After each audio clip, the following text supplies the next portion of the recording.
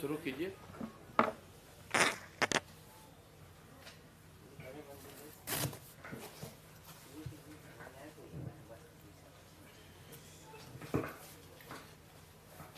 नमस्कार।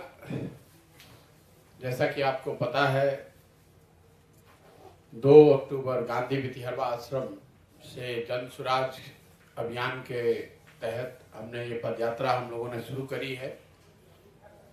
आज करीब 90 दिन से ज़्यादा पैदल चलने के बाद दोनों चंपारण करीब करीब खात्मे पर है। पश्चिमी चंपारण में मैं 48 दिन था, करीब करीब 8 से 10 दिन हम लोग शिवहर में थे और बाकी का समय यहाँ अभी पूर्वी चंपारण आपके ज़िले में है। अभी कल ही रात में यहाँ पहुँचा हूँ। अभी पूर्वी चंपारण में करीब 10 एक दिन और रहेंगे। यहाँ 14 जनवरी तक मैं हूँ। अभी पिछले 100 दिनों के जो अनुभव रहे हैं उसके आधार पर मैं आपको ये संक्षिप्त में ये बता सकता हूँ कि जो हम लोगों ने देखा समझा, जनता के नज़रिए से सबसे बड़ी समस्या बेरोजगारी और पलायन की है। आप जिस गांव में भी चले जाइए, हम लोग का अपना अनुमान है कि 50 से 60% काम करने वाले जो नवयुवक हैं उस एज ग्रुप में, वो लोग मजदूरी करने के लिए, रोजी रोजगार के लिए उनको अपने गांव, देहात, शहर, परिवार, राज्य छोड़कर कहीं दूसरे जगह जाकर मजदूरी करनी पड़ती है और ये एक बहुत बड़ी समस्या है। ये सबको पता है, इसके लिए आपको गांव-गांव जाने की जरूरत नहीं है। लेकिन जब हम लोग इतने दिन से पैदल चल रहे हैं तो इस समस्या के विकरालता का अनुभव हो रहा है। इस समस्या का जो सामाजिक आर्थिक पहलू है वो देखने को मिलता है। परिवारों में जो नए लड़के हैं, नवयुवक हैं, उनकी की पूरी जिंदगी बीत जाती है, वो अपने बच्चों के साथ, अपने माता पिता के साथ रहने का अवसर उनको नहीं है। एक बार 20-22 साल 25 साल का लड़का काम करने चला गया तो जब तक उसकी जवानी है तब तक उसको घर के बाहर ही रहना है। और वहाँ शहरों में या जो इंडस्ट्रियल जोन्स हैं जहाँ पर कि इस तरह के रोजगार के अवसर उपलब्ध हैं, वहाँ पर उनको सबसे कठिन परिस्थितियों में काम करना पड़ता है, बहुत कठिन परिस्थितियों में रहना पड़ता है। और जो पैसे उनको मिलते हैं वो कोई बहुत बड़ा पैसा लोग नहीं बता रहे। 12,000 15,000 औसतन यही पैसा लोगों को वहाँ मिल पा रहा है। और वहाँ रहने खाने पीने के बाद बहुत बचत करने वाले लोग भी 6 से 8,000 रुपये तक घर पर भेजते हैं, जिससे कि उनके घर का रोजी रोटी चलता है। अब इतनी गरीबी या इतनी परेशानी लोगों को इसलिए है कि जो वर्ग यहाँ रह रहा है उसकी 3 समस्या है। जो ज़्यादातर लोग किसान हैं, किसान खेती पर निर्भर हैं, तो खेती यहाँ लाभदायक है नहीं। सबसे पहले तो आप ये समझिए कि देश के मुकाबले बिहार का किसान, उसकी जो जमीन की लैंड होल्डिंग है, भूमि का स्वामित्व जो है वो छोटा है। यहाँ 91% किसान ऐसे हैं बिहार में जिनके पास जमीन 1 हेक्टेयर से कम है। तो ज़्यादातर लोग, मतलब करीब करीब 90% से ज़्यादा लोग सब्सिस्टेंस फार्मिंग करते हैं, मतलब जीने खाने के लिए खेती करते हैं। उससे उनको आमदनी का वो जरिया नहीं हो सकता है, क्योंकि जमीन उनके पास इतना कम है, उसमें उतनी ही उपज हो सकती है कि आप खा पी जी सके। जो लोग खेती कर रहे हैं उनकी स्थिति जल संसाधन के मिसमैनेजमेंट से, या तो ज़्यादातर क्षेत्र सूखा प्रभावित है या फिर बाढ़ प्रभावित है। तो एक ये बड़ी समस्या, जहाँ जिन क्षेत्रों में आपको बाढ़ आ रहा है या नदियों के कटाव का मामला है, क्योंकि चंपारण के दोनों चंपारण में कई हिस्सों में नदियों के कटाव के मामले बड़े पैमाने पर लोगों ने बताए हैं, हम लोगों ने देखा भी है। जहाँ पर बाढ़ है, कटाव है, वहाँ गरीबी एक अलग लेवल पे है, उसकी तो बात ही नहीं करनी है। लेकिन जहाँ पर बाढ़ नहीं भी आ रहा है वहाँ पर एक जो समस्या है किसानों की, वो कि खेती में सिंचाई का साधन नहीं है। हालांकि चंपारण में बहुत पहले से ऐसा देखने से लगता है, लोग बताते भी हैं कि नहरों की एक श्रृंखला रही है, एक जाल सा रहा है, लेकिन रख रखाव के अभाव में ज़्यादातर नहरों से पानी खेती लायक या खेती के काम के लिए लोगों को उपलब्ध नहीं है। इस चीज़ को हम लोगों ने जब आंकड़ों में देखा तो पता चला कि पिछले 10 साल में बिहार के स्तर पर 11% लैंड विथ एश्योर्ड इरिगेशन घट गया है। मतलब ऐसा जमीन जिसपे एश्योर्ड इरिगेशन है नलकूप के माध्यम से या नहर से, ये उस जमीन वो वैसी जमीन 11% कम हो गई है। और उसका प्रमुख कारण नहरों के रख रखाव में जो कमी आई है उस वजह से, और वो चंपारण में दिख रहा है। कई इलाकों में लोग बताते हैं कि 15 साल पहले ये नहर थी, यहाँ पानी आता था, और पानी वो नहीं आ रहा। तो ओवरऑल जो वाटर मैनेजमेंट में सरकार की लंबे स्तर पर विफलता रही है, इस सरकार की नहीं, पिछले 30-40 सालों में पूरा प्रदेश या तो बाढ़ से पानी की अधिक आ जाने से परेशान है, या पानी उनके पास है नहीं। दूसरी जो लॉन्ग टर्म समस्या यहाँ समझ में आती है किसानों के लिए, जमीन छोटी होना, बाढ़ पानी का व्यवस्था न होना, और तीसरा किसानों को जो अगर इन सब के बावजूद कुछ फसल उगा भी ले गए तो उनको उसकी कीमत न मिलना।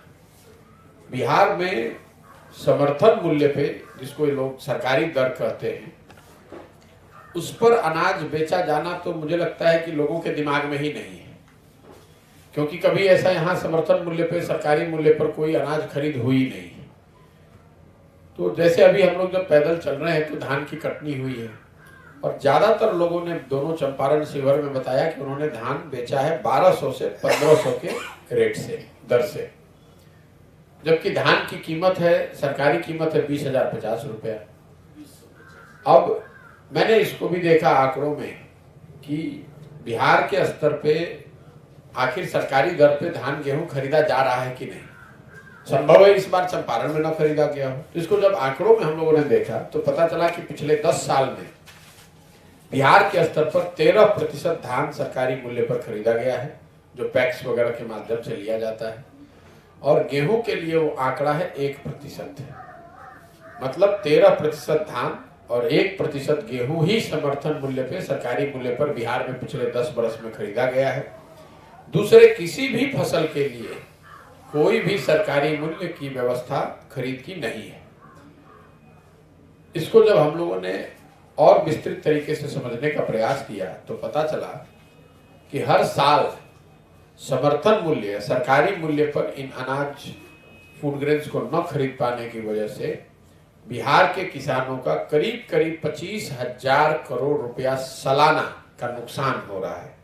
मतलब अगर ये धान, गेहूं, गन्ना, बाजरा, मक्का, जितने चीजों के लिए सरकार समर्थन मूल्य केंद्र सरकार घोषित करती है, अगर इसको समर्थन मूल्य पर बेचने की, खरीदने की व्यवस्था हो जाती तो बिहार के किसानों को करीब करीब हर साल 25,000 करोड़ रुपया अलग से मिलने लगता है। और इसकी चर्चा न कोई करता है, न पब्लिक उसकी डिमांड कर रही है। लोग बात करते हैं लेकिन इसको लेकर ना कोई यहाँ आंदोलन हुआ, ना कोई ऐसा प्रयास हुआ। आपके रेफरेंस के लिए बता दूं कि पंजाब में ये आंकड़ा है 70%, 13% बिहार में है और गेहूं का 1%। बिहार, पंजाब का किसान 70% धान गेहूं अपना समर्थन मूल्य पर बेचता है। और फिर हम लोग बिहार में बैठ के बात करते हैं कि भैया पंजाब का किसान बड़ा धनी है, वो आगे है। स्वाभाविक तौर पर जब 70% उसका अनाज खरीदा जाएगा समर्थन मूल्य पर और आप अपना 90% अनाज बेच रहे हैं 30%, 40% डिस्काउंट पे, तो आपकी हालत खराब ही रहेगी। एक जो तात्कालिक बहुत बड़ी समस्या लोगों ने हर जगह बताई है, आप लोग भी रोज सुनते देखते होंगे, वो खाद की कालाबाजारी, खाद की अनुपलब्धता। धान के समय में कटाई से पहले भी लोग यूरिया ढूंढ रहे थे, उस समय भी 700, 800, 900 के दर से यूरिया बिक रहा था। अभी तो जैसे मारा मारी है, चूंकि गेहूं की बुआई हो गई है और लोग पटवन करके बैठे हुए हैं, परेशान हैं कि भाई किसी भी तरीके से उनको यूरिया मिल जाए। और ये कमोवेश स्थिति दोनों चंपारण और शिवहर हर जगह सुनने को मिली। सीमावर्ती क्षेत्रों में जो नेपाल से सटता हुआ एरिया है, जो जितना करीब है वहां यूरिया की किल्लत उतनी ज्यादा है। ये दिखाता है कि यूरिया का जो स्मगलिंग हो रहा है, यहाँ से जो नेपाल जा रहा है यूरिया, उसकी वजह से शायद शॉर्टेज है। दूसरा, लोग ये भी बता रहे हैं कि यूरिया बड़े पैमाने पर इलीगल तरीके से शराब बनाने के लिए भी यूज किया जा रहा है। और कुछ जो सरकार की अपनी विफलता है, जिन्होंने खाद को होल्ड करके रखा है, उन पर कोई कार्रवाई नहीं हो रही है। तो सबसे बड़ी तात्कालिक समस्या किसानों के लिए खाद और बीज का न उपलब्ध होना, विशेष करके यूरिया का न उपलब्ध होना, और यूरिया का दाम 700, 800, 1000, उसके लिए भी लोग बता रहे हैं कि इस जाड़े के समय में 5 बजे 6 बजे से लोग लाइन लगा रहे हैं। कुछ जगह पर तो मुझे ऐसे भी लोग मिले कि बताया कि 4 बजे से लाइन में खड़े हैं सर, और पुलिस लाठी चार्ज किया। मधुबन वाले एरिया में, मधुबन पिपरा वाले एरिया में पुलिस ने लाठी चार्ज किया है। महिलाएं बैठी हुई हैं सुबह 4 बजे से लाइन लगा के, ताकि उनको खाद मिल सके। ये स्थिति है। तो पहला मैंने आपको बताया रोजगार पलायन, दूसरा आपको बताया कृषि। क्यों? क्योंकि अब किसानों की हालत, खेती की हालत इतनी खराब है, लाभदायक है नहीं, तो लोग, दूसरा एक उपाय ये था लोगों के पास कि उनके पास रोजी रोजगार अपना होता, व्यापार होता या नौकरी होती, वो क्यों नहीं है? तो उसकी वजह यह है कि यहाँ पर शिक्षा व्यवस्था पूरी तरीके से ध्वस्त है, वो तो सबको पता है। जब हम लोग पैदल चल रहे हैं तो उसकी वजह क्या है? एक तो सरकार की शिक्षा को लेकर उदासीनता, कहीं ना कहीं शिक्षा, यहाँ बात तो सब कर रहे हैं लेकिन शिक्षा कहीं ना कहीं कोर में है ही नहीं। न जनता शिक्षा के नाम पर वोट कर रही है, न सरकारों का शिक्षा को लेकर वो कोई सक्रियता दिखती है। एक समता मूलक शिक्षा व्यवस्था बनाने के चक्कर में इन्होंने हर जगह बिल्डिंग खोल दिया, बिल्डिंग बना दी, शिक्षकों का ट्रांसफर पोस्टिंग उस हिसाब से कर दिया। पूरी जो स्कूली शिक्षा है वो उत्क्रमित विद्यालयों और नियोजित शिक्षकों का जमवाड़ा है।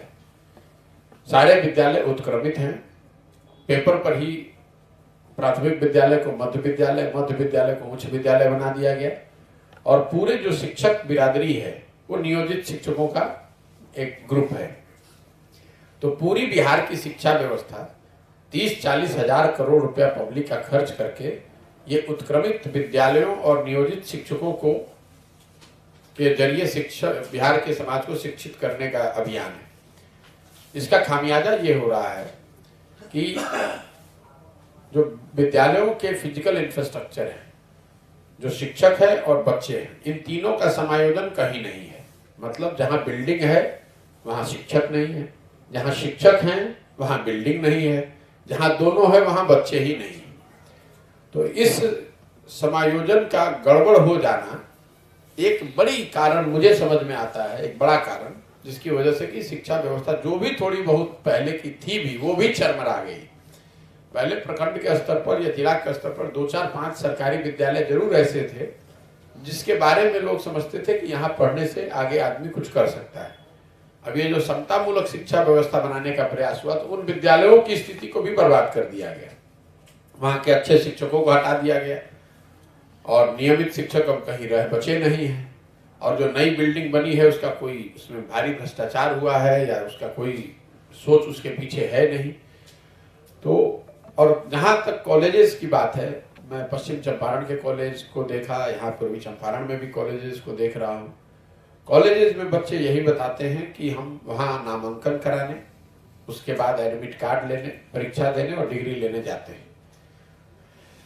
तो एक लाइन में अगर मैं कहूँ तो बिहार की शिक्षा व्यवस्था की स्थिति आज ये है कि स्कूलों में खिचड़ी बट रही है, वो भी घटिया क्वालिटी की, और कॉलेजेस से डिग्री बट रही है, पढ़ाई दोनों में कहीं नहीं हो रहा है।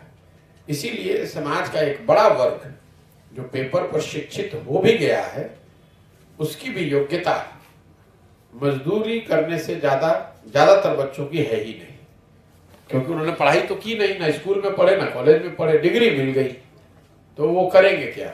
उस डिग्री के बदौलत आप कुछ बड़ा तो जीवन में कर नहीं सकते। तो खेती किसानी करके आप बाहर निकल नहीं सकते हैं गरीबी से। शिक्षा व्यवस्था को ध्वस्त कर दिया गया, और उसका सबसे बड़ा खामियाजा यहाँ के गरीब व्यक्ति को है। जिन समाज के वंचित लोगों के नाम पर यहाँ वर्षों से राजनीति चलती रही है, वही लोग इसके सबसे ज्यादा सफरर है, उन्हीं को सबसे ज्यादा नुकसान है। क्योंकि जो धनी आदमी है, जिसके पास थोड़ा बहुत भी पैसा है, धनी तो नहीं कहूंगा, वो किसी तरह प्राइवेट स्कूलों के सहारे अपने बच्चों को पढ़ा रहा है। लेकिन जो गरीब तबका है, उनके बच्चों के लिए आगे अशिक्षित बने रहने या मजदूर बने रहने के अलावा दूसरा कोई विकल्प नहीं है। इसीलिए मैं शिक्षा व्यवस्था के ध्वस्त हो जाने को नीतीश कुमार के 17 साल के शासनकाल का सबसे बड़ा काला अध्याय मानता हूं। देखिए, अगर आज सड़क ठीक नहीं है, कल अच्छी सरकार आ जाएगी तो सड़क बन सकती है, लेकिन जो बच्चे 2 पीढ़ियां इस शिक्षा व्यवस्था से निकल गई, अब उनके जीवन में कभी भी वो अवसर नहीं आएगा जब उनको शिक्षित ढंग से कराया जा सके। अब उनको जीवन भर शिक्षित समाज के पीछे ही चलना पड़ेगा। चौथी जो बात है कि आखिर इतनी गरीबी दिखती क्यों है, तो एक तो मैंने आपको बताया कि एक बड़ा वर्ग है यहाँ जो खेती किसानी पर निर्भर है, जिसके लिए कृषि लाभदायक पैसा है नहीं, लेकिन फिर भी वो खेती कर रहा है खाने जीने के लिए। दूसरा, मैंने आपको बताया शिक्षित होकर लोग पहले अपनी गरीबी से निकलते थे, वो बंद हो गया, शिक्षा व्यवस्था वैसी है नहीं। तीसरा, जो हम लोग समझते हैं कि लोग यहाँ बेरोजगारी इतनी क्यों है या इतनी गरीबी मजदूरी क्यों है, उसका एक बड़ी वजह है पूंजी की अनुपलब्धता, जिसकी चर्चा बिहार में कम से कम मैंने पिछले 15 साल में कभी नहीं सुनी है, न पत्रकारों के स्तर पर, न यहाँ विश्लेषकों के स्तर पर, नेताओं की तो बात ही छोड़ दीजिए। आपको मैं कुछ आंकड़े देना चाहता हूँ, सीधे से समझ में आ जाए ये जरूरी नहीं है आपके पाठकों को, लेकिन आपको इसको लिखना चाहिए बिहार के समाज के हित में। हम लोग को ऐसा लगता है कि बिहार में उद्योग धंधे इसलिए नहीं लग रहे हैं, जब भी उद्योग धंधों की बात होती है तो लोग कहते हैं लॉ एंड ऑर्डर खराब है, कुछ लोग कहते हैं चीनी मिल बंद हो गया, चॉकलेट फैक्ट्री बंद हो गया, लेकिन उसके मूल में अगर आप जाएंगे तो वो है पूंजी की अनुपलब्धता। मान लीजिए कि कोई आदमी बार्बर है, सैलून का काम करता है, अगर उसके पास पूंजी होता तो वो सैलून खोलता, उसका वो बिजनेस होता, व्यापार होता, उसके साथ 2-4 आदमी और काम करते। जब उसके पास पूंजी नहीं है वो सैलून खोलने का, तो वो जाकर कहीं बाल काटने का काम करता है, मजदूरी का काम करता है। तो बिहार में, पूरे देश में पूंजी आती कहाँ से है? जो हम और आप पैसा बचत करते हैं और उस बचत को बैंकों में रखते हैं। बैंक उसी पैसे का एक बड़ा हिस्सा ऋण के तौर पर, लोन के तौर पर समाज को देता है। पूरे देश में पूंजी इसी तरह से क्रिएट होता है, जिसको कैपिटल क्रिएशन कहते हैं। तो बिहार के स्तर पर बिहार की गरीब जनता है, और इसका एक रेशियो है क्रेडिट डिपॉजिट रेशियो, मतलब कितना पैसा बैंक में जमा हुआ और उसके अगेंस्ट बैंकों ने कितना ऋण दिया। बिहार के स्तर पर आपको जानकर आश्चर्य होगा कि पिछले साल बिहार की गरीब जनता ने करीब 4.5 लाख करोड़ रुपया अपनी बचत का बैंकों में जमा किया, और क्रेडिट डिपॉजिट रेशियो देश के स्तर पर है 70%, मतलब 4,50,000 करोड़ का 70%, करीब 2,80,000 करोड़ रुपया बिहार के लोगों को रोजी रोजगार, व्यापार करने के लिए मिलना चाहिए था। बिहार में क्रेडिट डिपॉजिट, देश का ये एवरेज है 70%, मतलब 100 रुपया अगर बैंक में जमा होता है तो 70 रुपया बैंक ऋण के तौर पर देते हैं लोगों को व्यापार करने के लिए या स्वरोजगार के लिए। बिहार में ये आंकड़ा है 40%। तो पिछले साल करीब 1.5 लाख करोड़ रुपया बिहार के लोगों को जो मिलना चाहिए था वो मिला नहीं। अब इसको थोड़ा लंबे दौर में समझिए। 1990 में जब लालू जी मुख्यमंत्री बने तो क्रेडिट डिपॉजिट रेशियो था 38%। लालू जी के कालखंड में, मतलब अगर 100 रुपया जमा होता था तो 40 रुपया लोगों को लोन मिलता था। लालू जी के उस जंगल राज के कालखंड में क्रेडिट डिपॉजिट रेशियो घटता 23% हो गया है। इसका कितना असर होता है आप इसको समझाना चाहता हूं आपको। नीतीश कुमार के 17 साल के प्रयास के बाद या उनके सो कॉल्ड सुशासन के बाद हम लोग वही पहुंचे हैं जहां हम लोग 1990 में थे, 40% थे। इस पूरे कालखंड में 1990 से लेकर 2022 तक अगर राष्ट्रीय औसत को भी आप मान लें, ये पूरा आंकड़ा मैंने निकलवाया है, तो बिहार से करीब 25 लाख करोड़ रुपया बिहार के लोगों के बचत की हुई राशि बैंकों के माध्यम से दूसरे राज्यों में शिफ्ट हो गया। 25 लाख करोड़ रुपया बैंकों के माध्यम से दूसरे राज्यों में शिफ्ट हो रहा है, जहां पर उद्योग धंधे लग रहे हैं, जहां पर काम हो रहा है। जो देश के अच्छे राज्य हैं, जहां उद्योग धंधे वाले राज्य जिनको माना जाता है, तमिलनाडु में, आंध्रा में, कर्नाटक में, महाराष्ट्र में, गुजरात में क्रेडिट डिपॉजिट रेशियो 90 से ऊपर है। मतलब 100 रुपया वहां के लोग जमा कर रहे हैं तो 90 रुपया बैंक वहीं पर वापस लोगों को पैसा दे रहे हैं। कई राज्यों में तो 100-120 है। तो मतलब बिहार की गरीब जनता यहाँ पैसा जमा कर रही है। और बैंक अपने स्टेट बैंक में आपने यहाँ जमा किया, स्टेट बैंक ने तमिलनाडु में लोन दे दिया।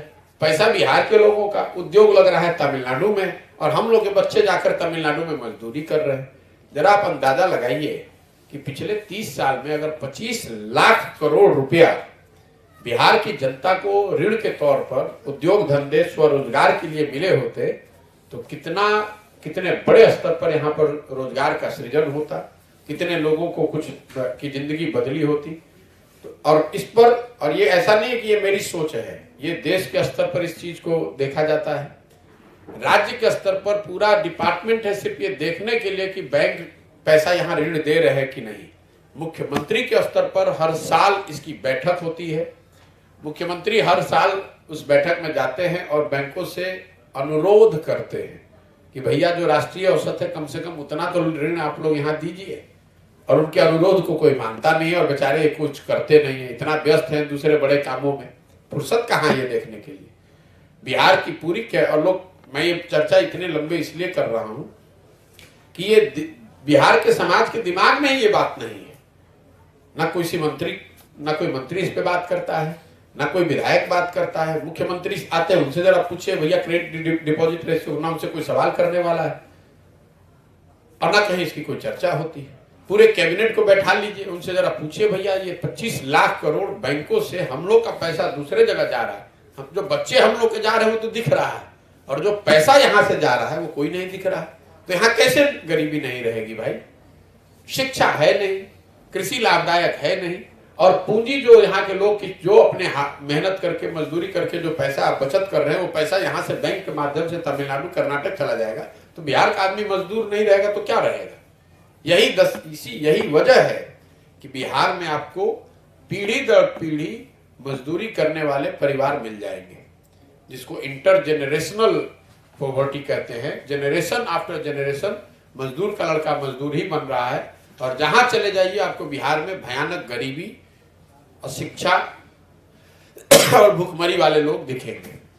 इसके अलावा ये तो मेरी जो अभी अपनी समझ है उसको बता रहा हूं, जो बिहार की गरीबी के मूल में जो बातें हैं। इसके अलावा जो सरकार की योजनाएं हैं जिस पर आप लोग लिखते उखते रहते हैं, केंद्र के स्तर पर 2 बड़ी योजना चल रही है। एक प्रधानमंत्री गरीब कल्याण योजना, जिसमें हर लाभार्थी को 5 किलो अनाज हर महीने मिलना है।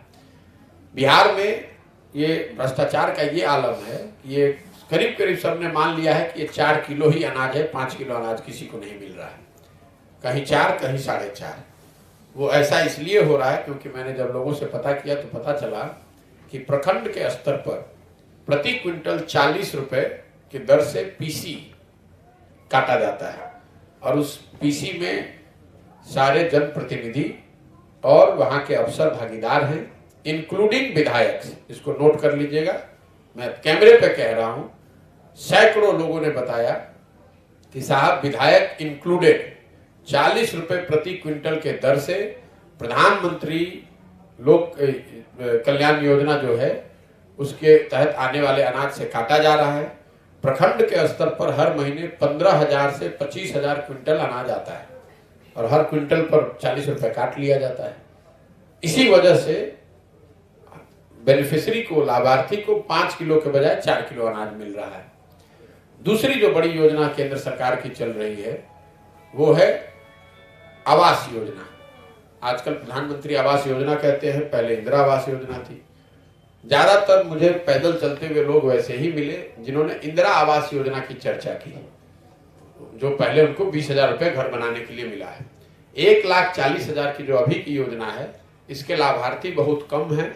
जो मिले वो स्पष्ट तौर पर बता रहे हैं कि 25,000 से 40,000 रुपए तक उन्हें घूस देना पड़ता है, करीब 5 से 6 चरणों में। 3 चरण में वो पैसा आता है, लेकिन इंदिरा आवास योजना में भ्रष्टाचार की इतनी बढ़िया व्यवस्था है कि आपका नाम जब लिखा जाता है तब 1,000 रुपया लिया जाता है, जब वो नाम आगे बढ़ाया जाता है फोटो खींच के तब 2,000 रुपये लिया जाता है। एक पूरी व्यवस्था बनी हुई है जिसके माध्यम से 25 से 40,000 रुपया इंदिरा आवास योजना में लोगों से लिया जा रहा है। तीसरी बड़ी योजना जो चल रही है वो है स्वच्छ भारत अभियान। केंद्र सरकार की योजना है, बड़ी चर्चा में रही है, लाखों करोड़ रुपए उस पर खर्च किए गए हैं। दोनों चंपारण में खुले में शौच आज भी जीवन की सच्चाई है। मैं पैदल चल रहा हूं तो देखने को मिलता है, कोई भी गांव ऐसा नहीं है जहां खुले में शौच की स्थिति न हो। लोग बताते हैं कि यहाँ पर ओडीएफ सरकारी दबाव में घोषित किया गया है और बड़े पैमाने पर 2000 रुपए प्रति शौचालय के हिसाब से वसूली हुई है। 2000 रुपया दीजिए, 12000 रुपया के लाभार्थी के तौर पर ले लीजिए। ना आपको शौचालय बनाना है, ना उसको यूज करने के लिए कोई प्रमाण देना है। तो ये स्थिति है। 3 बड़ी योजनाएं जो गवर्नमेंट ऑफ इंडिया की है। इसके अलावा एक और केंद्र और राज्य की जो मिली जुली एक योजना चलती है वो मनरेगा। मनरेगा जहां पर जिस राज्य में मजदूरी रोजगार इतनी बड़ी समस्या है, मेरी अपनी समझ ये थी कि जमीन पर हम जाएंगे तो मनरेगा की बात करने वाले लोग मिलेंगे। मनरेगा की कोई नीचे चर्चा ही नहीं करता है। करीब करीब लोग भूल गए हैं कि मनरेगा करके भी एक बहुत बड़ी सोशल सिक्योरिटी स्कीम देश में लागू है, जिस पर हजारों करोड़ रुपए खर्च होता है। बिहार में जब आंकड़ों को मैंने देखा तो पता चला कि बिहार की योग्यता एलिजिबिलिटी हम लोग की करीब करीब 10 से 12 हजार करोड़ रुपए है। यहाँ के पॉपुलेशन और पॉवर्टी का जो मिक्स है उसके आधार पर करीब हर साल बिहार सरकार केंद्र से करीब करीब 12,000 करोड़ रुपया ले सकती है मनरेगा के तहत। हम लोग पिछले कई सालों से 4,000 करोड़ रुपया के आसपास ले पा रहे हैं। मतलब 1/3 राशि ही हम लोग केंद्र से ला रहे हैं, 2/3 राशि को तो सरेंडर कर दे रहे हैं, वहां से पैसा ला ही नहीं रहे। जो 1/3 पैसा आ रहा है उसमें 40% पीसी कट रहा है। स्पष्ट तौर पर लोग बताते हैं कि जो पैसा आता है मनरेगा में उसमें 40% अफसरों और जनप्रतिनिधियों को जाता है और बाकी पैसे ही बेनिफिशियरीज को मिलते होंगे। तो मतलब 100 रुपया में इफेक्टिवली 15 से 16 रुपया ही जनता तक मनरेगा में पहुंच रहा है। जिस राज्य में इतनी बड़ी संख्या में लोग रोजी रोजगार के लिए घर परिवार छोड़कर जा रहे हैं, वहां मनरेगा का जमीन पर न होना ये अजीब बात है। मतलब सरकार की असंवेदनशीलता और या सरकार की जो जिसको आप कहते हैं कुंभकर्ण का जो नींद है कि लोग यहाँ मर रहे हैं और कोई मतलब जो पैसा दिल्ली में पड़ा हुआ है उसको कोई लाना भी नहीं चाहता है, ये स्थिति है यहाँ पर। इसके अलावा 2 बड़ी स्कीम जो गवर्नमेंट ऑफ बिहार की है जिसकी चर्चा गांव-गांव में हम लोग करते हैं, दोनों 7 निश्चय का हिस्सा थी, इसलिए मैं उसकी चर्चा करना चाहता हूँ। पहला हर घर नल जल की योजना है। ये योजना जनता की नजर में और जमीन पर पूरी तरीके से विफल है। पश्चिम चंपारण के मुकाबले मनरेगा में एक चीज आपको मैं बता दूं, पूर्वी चंपारण में देश के स्तर बिहार के स्तर पर सबसे खराब स्थिति पूर्वी चंपारण की है। यहाँ पर सिर्फ 33% उसका यूटिलाइजेशन है, बिहार के स्तर पर 40% है। पूर्वी चंपारण में मनरेगा का यूटिलाइजेशन 33% है। अब जो नल जल योजना है पश्चिम चंपारण के मुकाबले आपके जिले में वो स्थिति थोड़ी बेहतर है। पश्चिम चंपारण में 90% नल जल योजना काम नहीं कर रही है। पूर्वी चंपारण में मेरा अनुमान हम लोग का है कि करीब करीब 70% नल जल योजना काम नहीं कर रही है। मतलब 25-30%, 10 में 2-3 योजना चलती हुई दिखती है। पश्चिम चंपारण में तो 1-2 ही दिखते थे 10 में, उसमें थोड़ी सी बेहतरी यहाँ है। लेकिन उस योजना को लेकर जनता ने एक तरह से मान लिया है कि ये पूरी तरीके से फेल हो गई है, चलने वाला नहीं है। कहीं कहीं जहां वार्ड सदस्य अच्छे हैं, उन्होंने खुद अपना लगाया हुआ है, सब कुछ उनका जीवन उसी पे फंसा हुआ है, 2 बार 3 बार से चुनकर आ रहे हैं, वहां पर नल जल योजना चल रही है, बाकी कोई पूछने वाला नहीं है। एक दूसरी बड़ी योजना जिसकी चर्चा इतनी नहीं होती है वो है नालियों गलियों के पक्कीकरण की बात। 7 निश्चय में मैं जब 2014-15 में आया था तो उस समय 40,000 गांवों के सर्वे में निकला था कि नालियों और गलियों का पक्कीकरण जनता के लिए बहुत बड़ी समस्या है। जो नालियों और गलियों की स्थिति है उस समय 14-15 में अनुमान किया गया था कि 5 साल में बिहार के सारे गलियों और नालियों का अगर पक्कीकरण करना हो, घरों के नालियों को बड़ी नाले से जोड़ा जाए और उस बड़े नाले से पानी को लाकर एक जगह निस्तारण उसका किया जाए, तो उसका अनुमान था कि करीब 80,000 करोड़ रुपए 5 साल में खर्च किए जाएंगे और उसकी जरूरत होगी तो ये काम हो जाएगा। मैं अब जब गांव में घुमा हूं पिछले 100 दिन से, तो नालियों और गलियों की ये तो ये व्यवस्था कहीं लागू ही नहीं हुई है, शुरू ही नहीं हुआ। कहीं कहीं गांव के किनारे, रोड के किनारे नाले बने हुए दिखते हैं जो बिल्कुल घटिया क्वालिटी के हैं। उनको ना घरों के नालियों से जोड़ा गया है, ना इन बड़े नालों के पानी के निस्तारण की व्यवस्था की गई, ना उसमें पानी है, उसमें कूड़ा करकट भर के वो बंद हो गया है। वो दिखाता है कि उस नाले के नाम पर या गलियों के पक्कीकरण के नाम पर पैसा निकाला गया है, काम नीचे कुछ हुआ नहीं। तो ये दोनों जो बड़ी स्कीम है उसकी स्थिति जो दिखी, दो योजनाएं, दो क्षेत्र जहां पर सरकार को हम लोग मानते हैं कि नीतीश कुमार के इस सरकार में कुछ काम हुआ है। एक है बिजली, दूसरी है सड़क। तो बिजली को लेकर मैं ये जरूर कह सकता हूं कि जहां पर भी हम लोग गए बिजली वहां आ गई है, उसमें कोई दिक्कत नहीं। अभी तक मुझे एक टोला ऐसा मिला जहां लोगों ने बताया कि अभी तक यहाँ बिजली नहीं आई है, लेकिन ज्यादातर हर जगह करीब करीब बिजली आ गई है। लेकिन उसके साथ साथ जो बड़ी संख्या में लोग उसमें शिकायत कर रहे हैं वो है गलत और बढ़े हुए बिल का आना। करीब करीब हर गांव में लोग बताते हैं कि बिजली का बिल बहुत ज्यादा आ रहा है या उनकी नजर में गलत आ रहा है। लोगों के पास 2000, 4000 से लेके 60,000, 70,000, 1-1 लाख रुपए तक के बिल आए। गांव में लोग बताते हैं 30-40 गांव घरों के बिजली के कनेक्शन काट दिए गए हैं, ऐसे भी गांव मिलते हैं। कुछ ऐसे भी लोग मिले हैं जिन पर फौजदारी का मुकदमा हो गया, वो लोग गांव को छोड़कर भाग गए हैं क्योंकि उनका बिल इतना ज्यादा है। मेरा अपना अनुमान है कि अगले 1-2 साल में बिजली के बढ़े हुए बिल और गलत बिल को लेकर बिहार में ये बहुत बड़ा मुद्दा ये बनने वाला है, क्योंकि लोग ये पैसा दे नहीं सकते। तो आज नहीं तो कल ये परेशानी आगे बढ़ने वाली है। सड़कों की जहां तक बात है, नेशनल हाईवे और स्टेट हाईवे जरूर हम लोग का सुधर गया है, वो तो दिख रहा है हर जगह। लेकिन जैसे ही आप नेशनल स्टेट हाईवे से नीचे उतरते हैं, ग्रामीण सड़क पर आते हैं, तो सड़कों की स्थिति, ग्रामीण सड़कों की स्थिति भयावह है।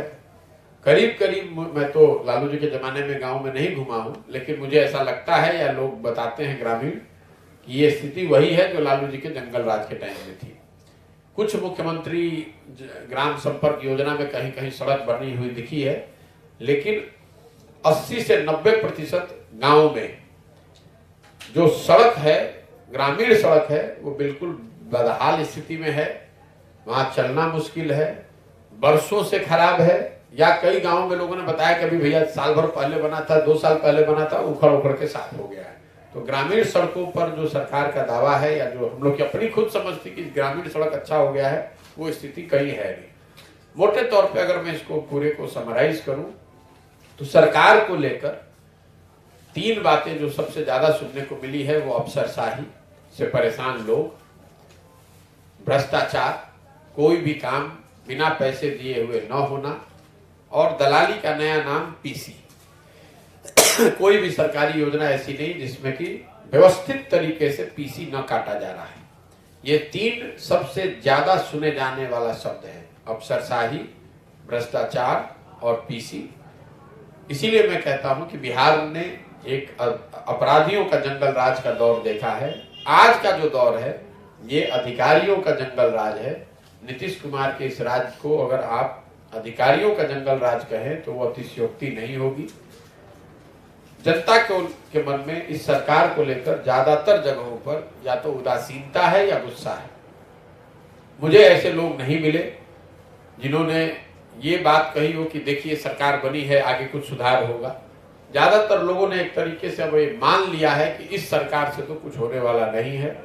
तो या तो वो उदासीन है इस सरकार को लेकर, अपने भविष्य को लेकर, या फिर एक वर्ग में सरकार के प्रति उनके मन में गुस्सा है। तो मैं अपना अभी तक का जो अनुभव है संक्षिप्त में मैंने आपसे साझा कर लिया। अब आपके अगर कोई सवाल है तो आप कर सकते हैं।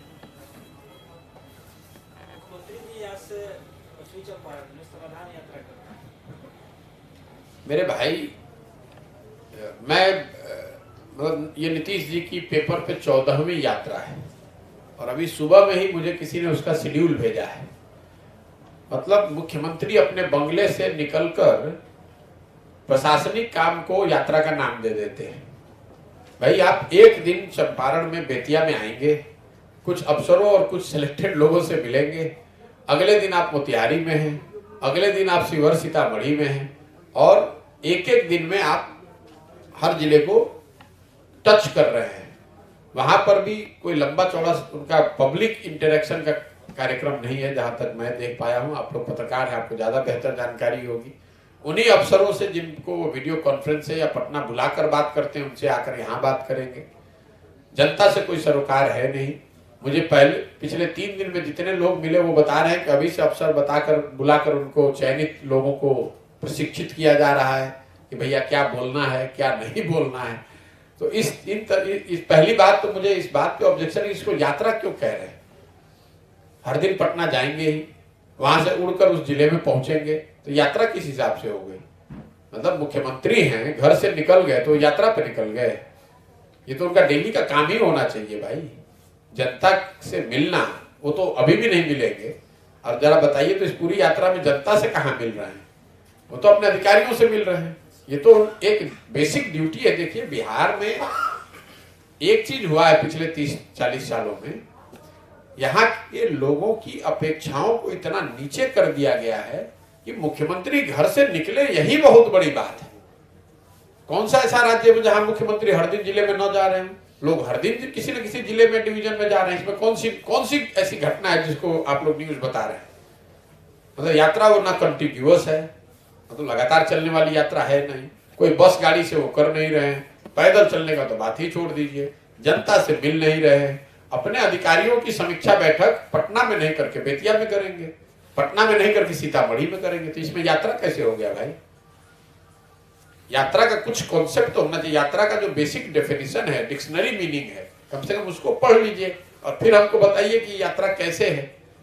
घर से उठकर आकर एक प्रशासनिक बैठक करना यात्रा कैसे हो गई? यात्रा इसलिए हो गई कि जो साहब 10 महीने तक अपने घर से निकलते नहीं है, कम से कम 1 महीना निकलकर जिलों में जा रहे थे, उनके लिए यात्रा है। मैंने खुले में चुनौती दी है, नीतीश कुमार जी अपने प्रशासनिक ताम झाम के बगैर एक गांव में पैदल चल के दिखा दें। एक गांव या एक पंचायत तो खुद से चुन ले जहां उनकी समझ से खूब काम हुआ, वहां पर वो पैदल चल के दिखा दें। मैं चुनौती अभी भी दे रहा हूं, चल के दिखा दीजिए ना, आपको पता चल जाएगा कि कितना आपका काम हुआ है और पब्लिक में आपकी क्या इमेज है। सुरक्षा लेकर घूमकर दिखा दें, छोड़िए सुरक्षा, बगैर सुरक्षा की तो बात ही छोड़ दीजिए। सुरक्षा के साथ एक गांव में पैदल चल के दिखा दे नीतीश कुमार, चल ही नहीं सकते। ये तो सर्किट हाउस में बैठ के समीक्षा बैठक हो सकती है। और कोई सवाल भी है? नहीं तो इसको खत्म कर। नीतीश कुमार जी अभी करोड़ों के खर्च से जो है बिहार में जाति रहित जनगणना कराने जा रहे हैं, और आपकी जो यात्रा है ये समाज को जो है ना जात से अलग लेकर जो है चलने की बात है, तो इसको कैसे फिर पाएंगे? देखिए मैं आपको बता रहा हूँ, सरकार की जाति को लेकर कोई भी ऐसी जानकारी जिससे समाज के बारे में बेहतर समझ हो, समाज के बेहतरी के लिए सरकार की ओर से बेहतर प्रयास किया जा सके, उसमें कोई दिक्कत नहीं है। लेकिन सिर्फ और उस नजरिए से जनगणना होनी चाहिए, बिल्कुल मैं उसके पक्ष में हूं। लेकिन 2-3 बातें आप समझ लीजिए। जनगणना का कोई वैधानिक आधार नहीं है, ये तो जनता की आंख में धूल झोंका जा रहा है। क्योंकि जनगणना जो है ये स्टेट सब्जेक्ट है ही नहीं। जैसे यहाँ पर जातियों का कैटेगरी चेंज करके यहाँ पर नुनिया बिंद समाज को कह दिया गया कि आप एसटी हो जाइएगा, लोहार को आपने एसटी रेकमेंड कर दिया, जब आपको वो अधिकार ही नहीं, आप तो रेकमेंड कर सकते हैं। आप लोहार जाति के लोगों से जाकर पूछ लीजिए, पहले वो अति पिछड़ा में थे, उनको एसटी किया गया, फिर एसटी से फिर ईबीसी बना दिया गया, वो बेचारे इतने लोग परेशान हैं। तो ये तो जनता की आंख में धूल झोंकने का सीधा प्रयास है। आपको वो वैधानिक अधिकार है नहीं। प्रशासनिक स्तर पर अगर आप गणना कराते हैं तो बिल्कुल कराइए, उसमें दिक्कत नहीं है। लेकिन गणना कराने से क्या होगा, उस पर आपको काम भी करना पड़ेगा। दलितों की जनगणना तो हो रही है, उसका वैधानिक और प्रशासनिक दोनों आधार है। और दलित महादलित भाइयों की स्थिति आज समाज में सबसे खराब है। भाई ये तो पता है ना, मान लीजिए कि कुछ समाज के वर्ग जिसकी संख्या ज्यादा है, शायद ऐसा सरकार का दावा है कि वो नंबर पता नहीं है, या जितना पता है उससे ज्यादा है। दलितों का तो आपको पता है, उनका क्यों नहीं काम करा दिया? उनकी स्थिति तो बेहतर हो जानी चाहिए।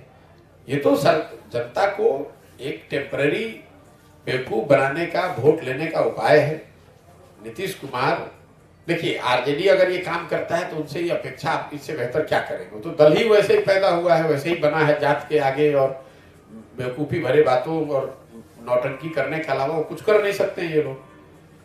मतलब जिस पार्टी के शासन काल में बिहार रसातल में पहुंच गया, पूरे देश और विश्व में आप मजाक के पात्र बन गए, उस पार्टी के लोग आकर विकास की बात करें, तो इससे बड़ी हास्यास्पद बात क्या हो सकती है। तो आपके हमारे समाज के लिए चिंता की बात होनी चाहिए कि वो लोग अब विकास की बात कर रहे हैं जिन्होंने बिहार को बर्बाद किया। जहां तक नीतीश कुमार का सवाल है, ये तो उम्र के इस पड़ाव पर एक तरह से जब आप सामाजिक राजनीतिक तौर पर अकेले पड़ जाएं तो इसी तरह का कुछ शगुफा आप छोड़िएगा, इस आशा में कि फिर से जनता की आंख में धूल झोंक के किसी तरह कुर्सी पर आ जाए। लेकिन ये उनको भी मालूम है, नीतीश कुमार को भी मालूम है कि अब ये अंतिम है, बस 2-3 साल अब इतना रहना है, रह लीजिए, इसके आगे कुछ नहीं होना है, उम्र हो गई। इसीलिए हर जगह रिटायरमेंट का एक कॉन्सेप्ट है, आदमी को समय रहते रिटायर हो जाना चाहिए। नहीं होइएगा तो यही होगा जो उनकी दशा नीतीश कुमार की हो रही है। कम से कम 5 वर्ष पहले तक नीतीश कुमार के लिए समाज में कोई अपशब्द नहीं बोलता था। आज क्या स्थिति है वो आपको हमसे बेहतर मालूम है। आप 2-3 साल इनको और रह लेने दीजिए। 25 आते आते, ये मेरा आप आकलन समझ लीजिए, मैंने 10 साल ये काम किया है चुनाव का। 25 आते आते जदयू के सिंबल पर किसी को राजनीति करना और चुनाव जीतना करीब करीब असंभव हो जाएगा बिहार के अंदर। ये आप लोग भी देख रहे होंगे। समाज का कोई ऐसा तबका नहीं है जो कि जदयू को भविष्य की पार्टी बता रहा हो या ऐसी पार्टी समझता हो कि इनका कोई भविष्य है। तो कहानी खत्म है।